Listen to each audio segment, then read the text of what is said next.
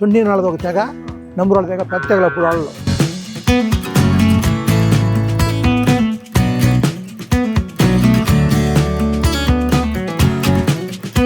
ఎదిగేకుంది ఇంకా ముందు అడిగేసి మా గ్రామంలో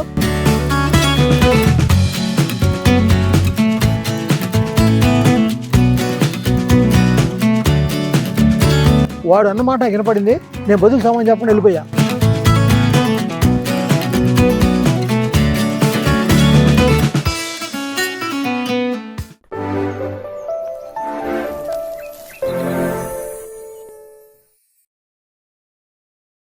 నా పేరు కనపర్తి పెద్ద సుబ్బారావు, లింగారావుపాలెం. నేను చిన్నప్పటి నుంచి పశువులు అంటే మక్కువ. దానితోనే ముందడిగేసి పశువులు పెంచుకుంటూ వచ్చాను. నేను 10 పశువులు సెలెక్ట్ చేసుకుంటే 8 పశువులు పోటీ పడ్డాయి. నాకు సెలెక్ట్ చేసుకుని వస్తే నేను పోటీకి వచ్చి వరకపాల ఇప్పుడు షో ఛాంపియన్లు కూడా గెలిచా. 97, 98 రాష్ట్రం మొత్తం మీద టోటల్ ప్రైజ్ నాది. మామూలుగా 2 సంవత్సరాలు ఒకే రైతు ఒకే ఊరి మీద గెలిచేందుకు గవర్నమెంట్ గుర్తించి స్వాతంత్ర సమయంతో పాటు నాకు రిపబ్లిక్ డేట్న ఉత్తమ రైతు అవార్డు ఇచ్చింది గవర్నమెంట్. అట్లా ఇంకెన్నో బహుమతులు.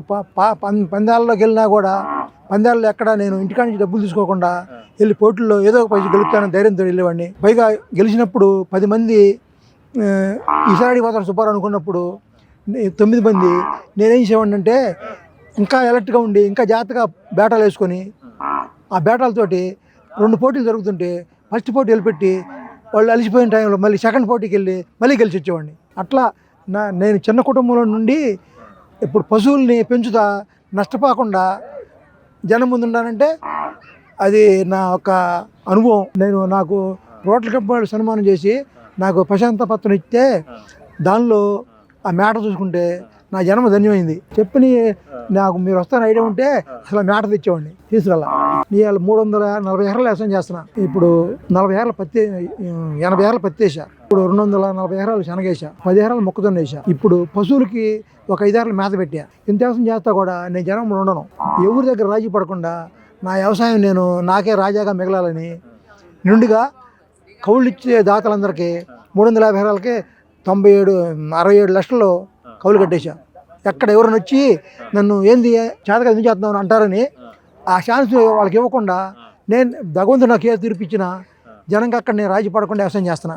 ఒకరోజు వంగేటప్పుడు వెళ్తా, ఒకరోజు లేచేటప్పుడు వెళ్తా, ఒకరోజు సాయంత్రం అట్ట ఏ టైం వస్తాడని తెలియకుండా నేను ఎక్కడ పొలంలో జనం ఉండకుండా పని చేపిస్తున్నా నిండుగా, ఎక్కడ భయపడకుండా. నాకు భగవంతుడి ధైర్యం. నాకు చిన్నప్పటి నుంచి వ్యవసాయం అంటే మక్కువ.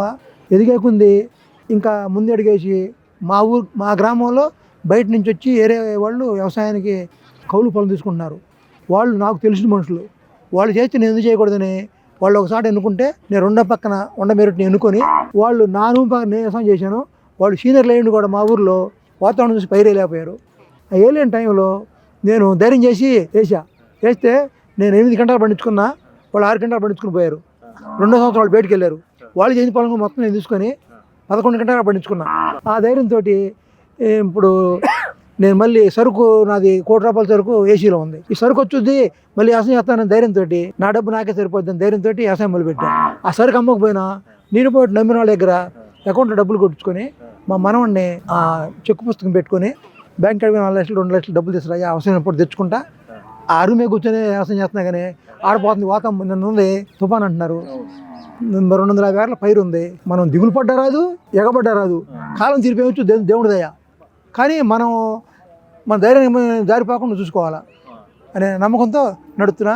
అదే మొట్టమొదటి నుంచి చిన్న కుటుంబంలో ఉండా ఎక్కడికైనా పోదామంటే పోవటం, కొనుక్కోవాలంటే కొనుక్కోవడం, పశువునైనా అమ్మాయిలంటే అమ్మటమే. కానీ ఎవరికి చెప్పారు కను అది చెబితే ప్రశ్న వేస్తారు, కుంటుపడుద్దనే ఆ మనిషి సమాధానం చెప్పాలా, మనసు చిన్నపోద్ది. అందుకని చెప్పకుండా చేసే మనోధైర్యం, ఆ మనోధైర్యం నేను కాపాడుతూ వస్తుంది. అదొకటి.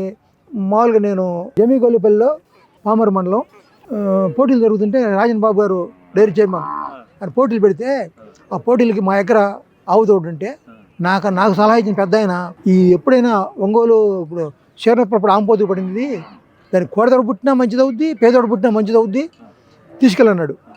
ఆవులో పాలు దాపించుకున్నా, ఆవు దోణ పెంచుకున్నా. 6 నెలలకి ఆవును పక్క ఏరియాలు కావాలంటే ఇచ్చేసి రైస్ మిల్లు కావాలంటే ఆ పేదోడు ఉంచుకొని దానికి పోషణ బాగా చేసి 11 నెలల 10 రోజులకి జమీగోపల్లి పోతుంటే అక్కడ ఊళ్ళో రైతులు పెద్ద పెద్ద వాళ్ళందరూ కూర్చొని నవ్వుకుంటున్నారు. వీడికి కోళ్ళు ఒక లాంపారంలో 90 ఏళ్ళు మూట తీసుకొచ్చినని ఒక దోణ తీసుకుని పోతున్నాడు అని. అప్పుడు నేనేమన్నానంటే వాళ్ళు నేను ప్రయాణం చేస్తున్నా కాబట్టి ఏమనకూడదు, ఏమన్నా కానీ తర్వాత ఆ తర్వాత పక్కింట్లో అనుకునే దాటినాక మా అబ్బాయి ఉండే ఇల్లు ఉంది, అత్తగారి ఇల్లు, అక్కడ ఉంటున్నాడు. ఆ పొలంలో ఏదైనా వ్యవసాయం కుంటుపడితే ఆలస్యం ఇద్దాం అక్కడ ముందేపిస్తాడని చెప్పి రాంబాబుని కేకేసా. ఇప్పుడు ఈ పిల్లగాడు ఇందాక పిల్లగాడు నాన్న కేకేస్తే ఈ లారీ పోతుంది పైకి ఎక్కించుకురావడానికి. అక్కడ ఇంకో దూడ ఉంటే ఇంకో ఆయన వస్తానంటే ఆ దూడని నేను బాడీకి కలిసి వచ్చిందని చెప్పి ఆయన కలుపుకున్నా అని ఆయన తోటి కాడికి తీసుకెళ్తున్నా నా దూడని. ఊళ్ళో కూడా అందరూ చూస్తారు, అటు నుంచి అక్కడ ప్లాట్ఫారం ఉంది, అది ఎట్లా నడిచి రాజు పని లేకుండా మనం నడుచుకుని పోదాం అని తీసుకెళ్ళిన టైంలో ఈ జనం ఎట్లా నవ్వుకుంటున్నారు పెద్దవాళ్ళు. మా అబ్బాయిని కాకైతే ఆ లారీ పోయేటప్పుడు చూసి వీళ్ళు చర్చించుకున్నారు. ఆ దశలో మా అబ్బాయి ఎప్పుడైనా మాట్లాడు నా దగ్గర. ఆ టైంలో రాంబాబుని కేకెత్తే వస్తా వాకిట్లో గేటు దగ్గరకు వచ్చి నానా ప్రైజ్ కోసం పోతున్నావా వాళ్ళకి తోడుపోతున్నావా అన్నాడు. పొలంలో పని చేపిస్తాడని కేకెత్తి ఇట్లా అన్నాడండి. ఇంటికాడ ఉన్నప్పుడైతే మీరు నాకు చెప్పిందని చెప్పి తాడి శిల్పానికి కూర్చునేవాడిని, బయలుదేరొచ్చా అక్కడ ఆవేశపడ్డా ఇక్కడ ఆవేశపడ్డా మనం మైనస్ అవుతాం, దేవుడు ఏం తీర్పిస్తాడులే అని. పొలం నష్టపడితే వాళ్ళకి నష్టంగా నాకే నష్టం లేదు, భవిష్యత్తు వాళ్ళదే కాబట్టి నేను వెళ్ళాల్సిందే అని అక్కడ మాట్లాడానుకో. నేను ఏంద్ర ముందు నాకు చెప్పేది అన్నా అనుకో, అప్పుడు వాళ్ళ మామ కానీ వాడి భార్య కానీ చిన్న చూపు చూస్తారు. అందుకని వాడు అన్నమాట నాకు వినపడింది, నేను బదులు సామాన్ చెప్పకుండా వెళ్ళిపోయా. తెల్లారి 10 గంటలకే 64 దూడల్లో జమ్మిగొల్లిపల్లిలో రాజన్ బాబు గారి ఆవుల మీద కూడా పోటీ పడి ఫస్ట్ ప్రైజ్ గెలిచా. ఫస్ట్ ప్రైజ్ గెలిచినాక జరుగుల లక్ష్మి గారని ఇంకోళ్ళు పశువుల్లో మంచి అనుభూశాలి. ఆయన అన్నాడు వజ్రం తెచ్చా అన్నాడు. అంటేను ఇక పర్లేదు తెచ్చుకుని ఆవుకు పుట్టిందిలే, నేను కొనకాలేదు అని చెప్పి అన్నాను. ఇక మళ్ళీ ఇట్లా అయిపోయినాక నేను ఏం చేశానంటే అందరం కలిసి ఏడాదికి వెళ్ళాం. ఒక రోడ్డు మీద సపట దగ్గర కూర్చొని మళ్ళీ ప్రైజ్ కొడతాలే అన్నాడు. ఇది ఛాంపియన్ అంటేను నేను ఇంతవరకు సంతోషపడుతున్నాను, అంత ఆశపట్టలేదులే, మాది చిన్నదిలే, సంవత్సరం దూడ మీ పెద్దవి ఉన్నాయి కదా, నేను అంత ఆశపట్టలేదు అన్న. అప్పుడు తెల్లారి పొద్దున మేము ధీమాకు కూర్చున్నాం. ధీమాకు కూర్చుంటే ఇప్పుడు 403 నెంబర్ పిలుస్తే వాళ్ళు రావాలంటే చెప్పంగా వెళ్ళి చెట్టు కింద నిలబెట్టాం. అప్పటికి వాళ్ళకి ఎప్పుడు కట్టిపోదాం లెక్కలు వాళ్ళు ఉండరు. నేను లేట్ అయ్యాను కదా, ఆ లేట్ అయిన టైంలో వాళ్ళు నన్ను టార్గెట్ చేసి చెట్టు కింద నిలబెడితే ఒంగోలు జాతి పశువులు చెట్టు కింద కన్నా ఎండలో ఉంటేనే హుషారుగా ఉంటాయి, తీసుకురమ్మన్నారు. తీసుకెళ్ళినాక 5 నిమిషాలకి మా దానికి రాణి ప్రైజ్ కట్టేశారు. రాణి ప్రైజ్ కట్టినాక ఇంకా అప్పుడు లక్ష్మి గారు వచ్చి నేను చెప్పాను కదా నీకు నాకు అనుభవం ఉందని చెప్పాడు.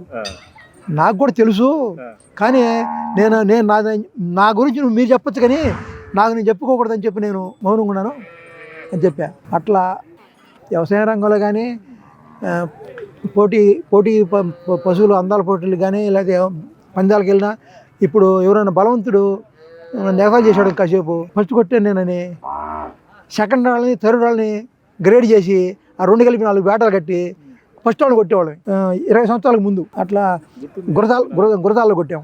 అది పెదకొట్టాల శివనాగిరెడ్డి మీద, ఇక్కడ తెలుగు రంగారావు గారి మీద, పెదవంగల్ నుంచి రామసుబ్బారెడ్డి గారు అని 6 జిల్లాల నుంచి పశువులు వచ్చినాయి.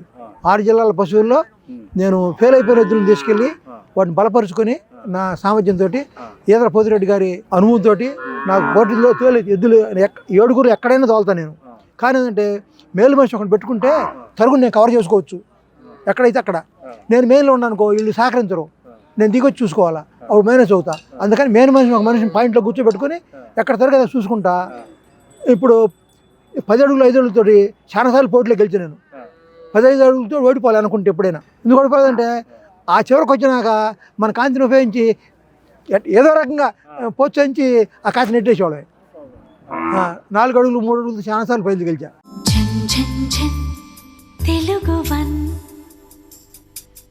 రమ్మంది తెలుగు వన్.